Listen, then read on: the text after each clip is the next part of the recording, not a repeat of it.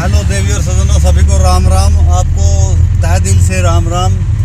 आपको जानकर अति प्रसन्नता होगी कि आज हम अयोध्या धाम के लिए रवाना हो रहे हैं और काफ़ी दिनों से दिल में तमन्ना थी कि अयोध्या राम लल्ला के दर्शन करेंगे।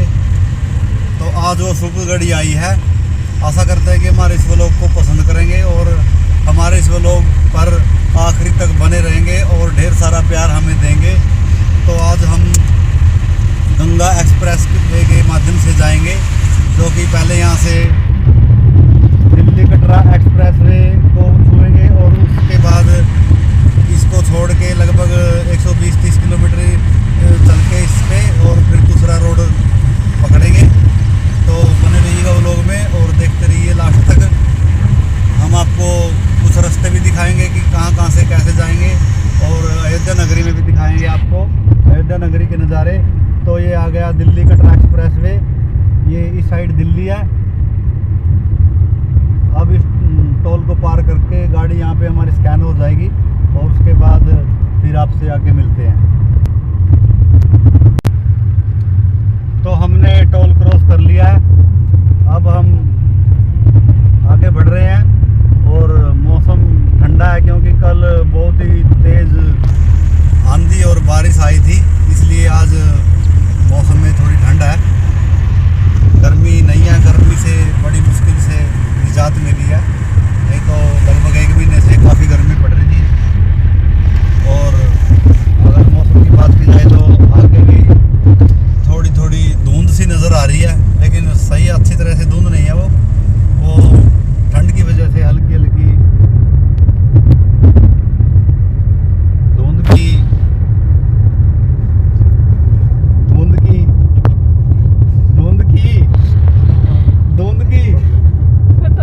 छुट्टी बहन है धुंध की छुट्टी बहन है यहाँ। अब यहाँ पे मौसम थोड़ा ठीक लग रहा है। पीछे थोड़ा सा धुंध जैसा लग रहा था। तो सुबह सुबह खाली सड़क के भी नज़ारे हैं। सफ़र आसानी से कट जाता है, ज़्यादा दिक्कत नहीं आती। आगे आपके साथ वीडियो में रास्ते भी दिखाएंगे और वहाँ पे राम मंदिर के दर्शन भी कराएंगे और अयोध्या नगरी का बाहर से भी आपको हाल चाल दिखाएंगे और आपको अनेक जो दर्शनीय स्थान है अयोध्या वाले वो भी आपको रूबरू कराएंगे।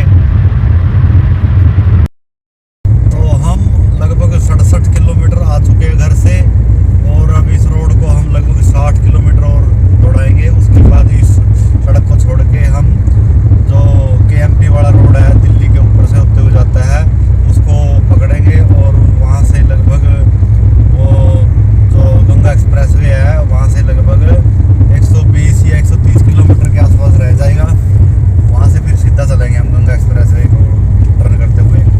और अब हम आपको दिखाएंगे कि हमने पीछे क्या हाल बना हुआ है गाड़ी के अंदर, क्योंकि हमने गाड़ी की सीट निकाली हुई है और पीछे बच्चे बैठे हैं, ऐसे बैठे हैं पलोथी मार मार के, चौकड़ी मार मार के बैठे हुए हैं। क्योंकि बच्चों की ख्वाहिश थी कि पापा आप हमारे लिए बेड तैयार करो। तो हमने कल रात को गाड़ी का बेड तैयार कर दिया था। सीट दोनों निकाल के वो मैंने घर पे रख दी और बच्चों की खुशी के लिए हमने इनकी ख्वाहिश पूरी की। तो अब हम 68 किलोमीटर चल चुके हैं। उसके बाद आपके वो फिर मिलेंगे आगे। और देवी और सजनों, हम आपको एक बात तो बताना भूल ही गए थे। वो बात बहुत ही मेन बात है, वो अभी तक बाकी रह गई थी। ये तो हमारे साथ बच्चे बैठे हुए हैं, एक कैमरामैन है और 4 बच्चे पीछे बैठे हैं। एक मेरी पोती है, एक मेरा द्योता है और 3 मेरे बच्चे इसमें। हमारे साथ एक गाड़ी और चल रही है, वो आगे चल रही है सैलानी गाड़ी। इसमें मेरी पत्नी और मेरा भांजा, मेरे भांजे की पत्नी और मेरी भांजी, इसमें 4 बंदे उसमें बैठे हैं और 6 हम टोटल लोग 10 हैं। 2 गाड़ियों में शिफ्ट हैं। वो गाड़ी आगे जा रही है। अब पीछे थी वो लगभग 70 किलोमीटर वो पीछे तक रही। अब लगभग आधा किलोमीटर से वो आगे निकली है, क्योंकि हम व्लॉग बनाने के चक्कर में थोड़ा गाड़ी को स्लो कर लिया था।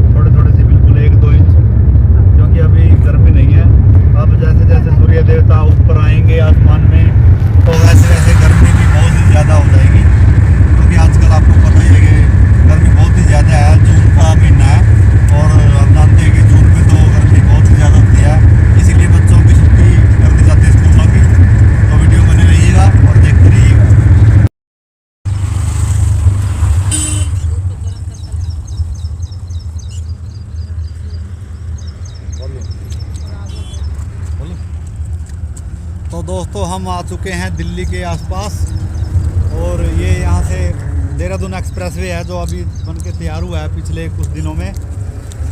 देहरादून और हरिद्वार जाने के लिए रोड बहुत ही छोटा है और बहुत ही कम समय लगता है इस पर।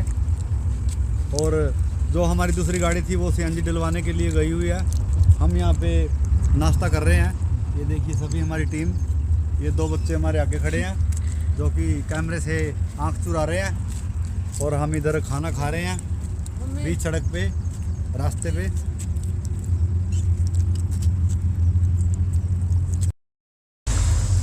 मैंने तो तेल में छोड़े नमक मिर्च तो मामी नहीं गिरा। शॉर्ट बना ले रहिएगा तो एक शॉर्ट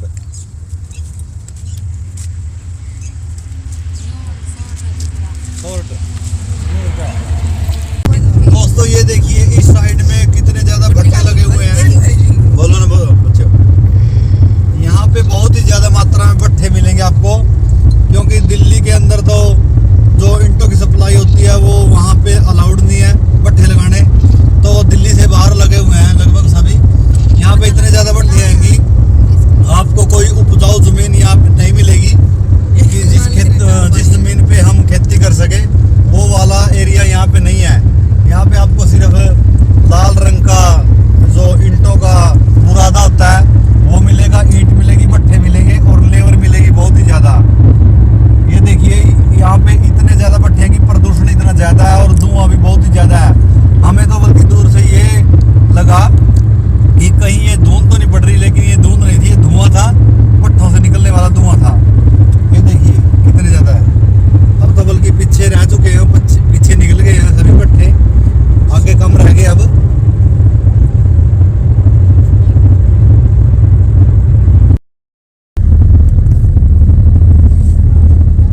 तो दोस्तों हम अपने घर से 256 किलोमीटर पहुंच चुके हैं।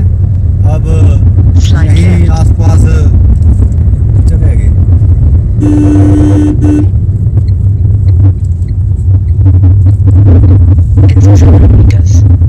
गंगा एक्सप्रेसवे, यहीं आसपास में है। अब हम गंगा एक्सप्रेसवे पे चलेंगे और इस रोड को छोड़ देंगे, क्योंकि इस रोड पे हम बोर हो चुके हैं। इतना मज़ेदार रोड नहीं था, वैसे तो बढ़िया था लेकिन ट्रैफिक बहुत ज़्यादा थी और इसलिए स्पीड मेंटेन नहीं कर पाए। वैसे तो हमने लगभग 4.5 घंटे घर से निकले हुए हो चुके हैं और इन 4.5 घंटों में हमने 257 किलोमीटर कवर किया है। तो अब हम गंगा एक्सप्रेसवे को टच करेंगे और उसका सहारा लेते हुए अयोध्या की तरफ बढ़ेंगे। ये देखिए हमारे आगे वाली गाड़ी अब ये मुड़ेगी और हम भी इसका अनुसरण करते हुए इसी साइड टर्न लगाएंगे। ऐसे अब यू टर्न लेना है, ये एल टर्न में काम नहीं चलेगा, ये यू टर्न लेना है। ये हमने भी ऐसे कट मारा और सैलरियों का पीछा किया।